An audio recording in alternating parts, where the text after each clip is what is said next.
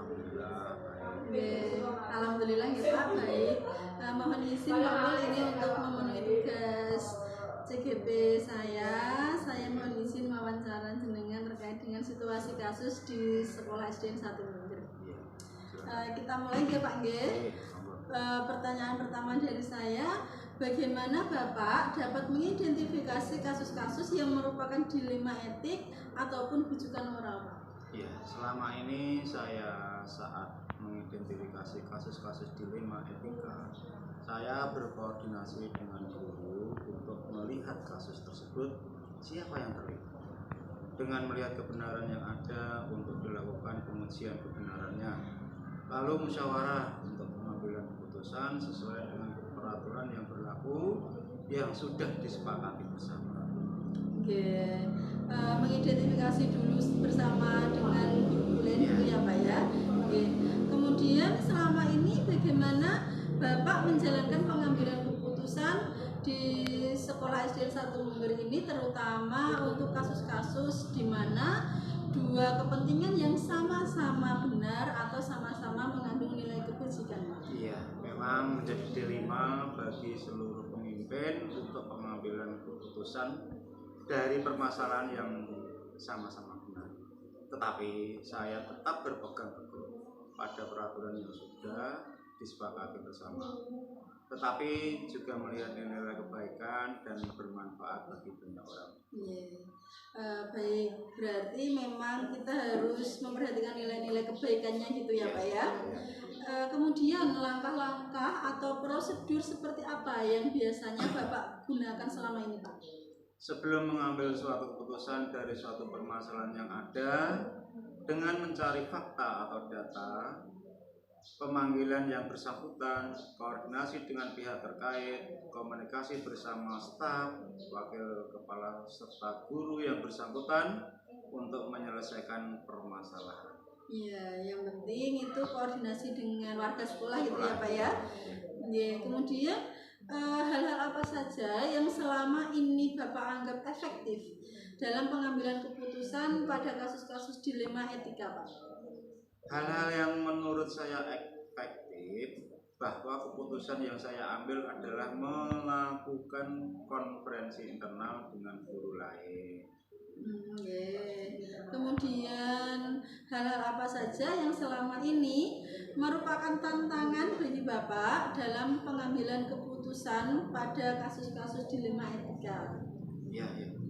Hal-hal yang merupakan tantangan adalah mempertimbangkan segala dampak yang ada, berpikir dengan matang dan jangan menuruti emosi, jangan terpengaruh oleh arahan orang lain, dan menentukan tentang nilai-nilai kebenarannya. Ya, yang penting emosinya dikesampingkan dulu gitu ya Pak ya. Bagus sekali Bapak. Apakah Bapak memiliki sebuah jadwal tertentu dalam sebuah penyelesaian kasus dilema etika, dan apakah Bapak langsung menyelesaikan di tempat atau memiliki sebuah jadwal secara berkala untuk menyelesaikannya dalam bentuk prosedur? Seperti apa yang Bapak jalankan selama ini Pak? Ya, pada kasus dilema etika yang bersifat ringan, biasanya langsung diselesaikan saat itu juga. Namun, pada masalah yang lebih besar, diperlukan jadwal tertentu untuk menyelesaikannya sesuai dengan prosedur. Baik. Kemudian ada pertanyaan lagi dari saya Bapak.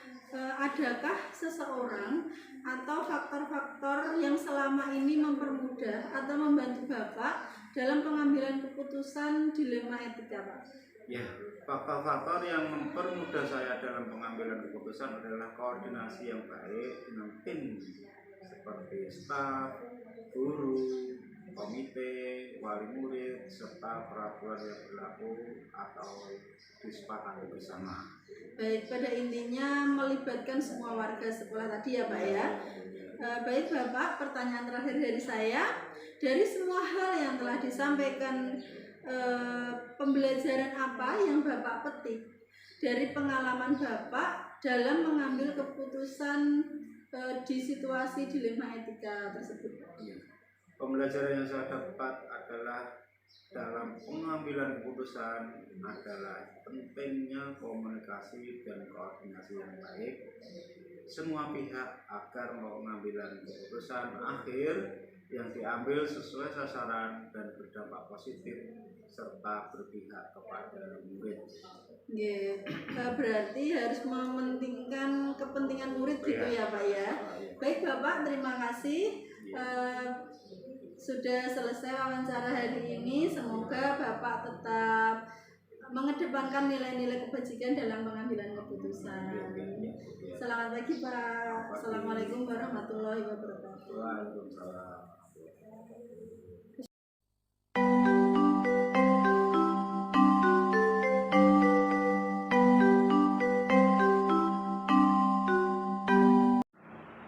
Assalamualaikum Pak Lukin. Iya, waalaikumsalam Bu Ayu. Bagaimana kabarnya Pak hari ini? Alhamdulillah sehat. Alhamdulillah sehat. Masih semangat ya Pak ya? Alhamdulillah tetap semangat Bu. Alhamdulillah. Mohon izin ya Pak ya, hari ini saya izin mewawancarai Pak Mas Lukin selaku Kepala Sekolah SD Negeri Sumber terkait dengan kasus-kasus dilema etika yang sudah dihadapi di sekolah jenengan. Oke, silakan Bu. Iya. Kita mulai ya Pak ya. Selama ini bagaimana Bapak dapat mengidentifikasi kasus-kasus yang merupakan dilema etik atau bujukan moral? Begini Bu Ayu, sebagai seorang pemimpin di sebuah instansi pendidikan pasti akan menemui beragam kasus yang akan terjadi. Baik itu kasus yang keduanya benar tapi saling bertentangan yang dikenal sebagai dilema etika, ataupun kasus yang salah satunya benar dan yang lainnya salah. Kedua kasus tersebut harus dapat diidentifikasi dengan benar agar tidak ada kesalahan dalam pengambilan keputusan. Cara yang saya lakukan untuk mengidentifikasi yaitu dengan memahami masing-masing kasus. Tentu saja untuk memahami kasus tersebut saya harus berkomunikasi dengan berbagai pihak yang terkait. Setelah itu kemudian saya coba untuk memahaminya, kemudian melakukan beberapa hal untuk bisa memetakan apakah kasus tersebut merupakan rujukan moral atau dilema. Iya baik Pak. Berarti yang terpenting itu adalah komunikasi gitu ya Pak ya pada intinya. Kemudian bagaimana Bapak menjalankan pengambilan keputusan di sekolah Bapak, terutama untuk kasus-kasus di mana ada dua kepentingan yang sama-sama benar atau sama-sama mengandung nilai kebajikan Pak? Untuk kasus dilema etika saya akan mempertimbangkan kedua hal yang sama-sama benar tersebut membenturkan faktor apa atau pihak mana saja. Kemudian apakah kepentingan perorangan atau mungkin kepentingan banyak orang atau kelompok, kemudian mengandung nilai kebenaran atau kesetiaan, rasa adil atau belas kasihan, dan ataukah dampak untuk saat ini atau seterusnya atau jangka panjang. Ya baik. Pada intinya berarti harus mengidentifikasi gitu ya Pak ya. Ya. Kemudian langkah-langkah atau prosedur seperti apa yang biasa Bapak lakukan selama ini? Untuk langkah-langkahnya atau prosedur biasanya saya lebih mengedepankan suara hati atau nalar. Harus jalan untuk memilih kebenaran yang paling kecil mudorotnya dan lebih besar manfaatnya. Dengan mempertimbangkan kepentingan peserta didik, jika kasus itu berhubungan dengan peserta didik, berdasarkan pada prinsip berpikir berbasis hasil akhir, berpikir berbasis peraturan, dan berpikir berbasis rasa peduli. Tahap berikutnya yaitu melakukan investigasi dengan memeriksa kembali fakta-fakta dan menemukan peluang. Lalu kemudian membuat keputusan. Keputusan tersebut ditinjau kembali hingga keyakinan kebenaran itu ada, insya Allah dalam membimbing, insya Allah dengan bimbingan dari Allah Subhanahu Wa Taala, keputusan yang saya ambil dapat saya bertanggung jawabkan ke depan. Ya, bagus sekali ya Pak ya, menjunjung tinggi kepentingan daripada murid, gitu ya. Ya. Hal-hal apa saja Pak yang selama ini Bapak anggap efektif dalam pengambilan keputusan pada kasus-kasus di lingkungan etika yang sudah terjadi? Dalam hal ini kan untuk pengambilan keputusan dengan dilema etika adalah ini Bu. Yang perlu dilakukan itu menyederhanakan pokok permasalahan, jadi dikerucutkan. Jadi pokok permasalahannya dan kemudian baru mengambil kebijakan. Oh ya, bagus sekali ya Pak ya. Kemudian hal-hal apa saja yang selama ini merupakan tantangan terbesar bagi Bapak dalam pengambilan keputusan pada kasus-kasus dilema etika yang sudah terjadi di sekolah jenengan Pak? Jadi biasanya itu kan keputusan kita itu tidak bisa untuk membuat semua orang atau semua pihak itu bisa menerima. Jadi memang sulit untuk memuaskan semua pihak. Jadi yang penting itu kita harus melaksanakannya secara ikhlas dan harus istiqomah atau konsisten. Nah, bagus sekali ya Pak ya, yang penting istiqomah ya. Apakah Bapak memiliki sebuah jadwal tertentu dalam sebuah penyelesaian kasus dilema etika? Kemudian apa Bapak juga langsung menyelesaikan di tempat tersebut atau memiliki sebuah jadwal tersendiri dalam penyelesaiannya berbentuk prosedur atau apa Pak yang sudah Anda jalankan selama ini?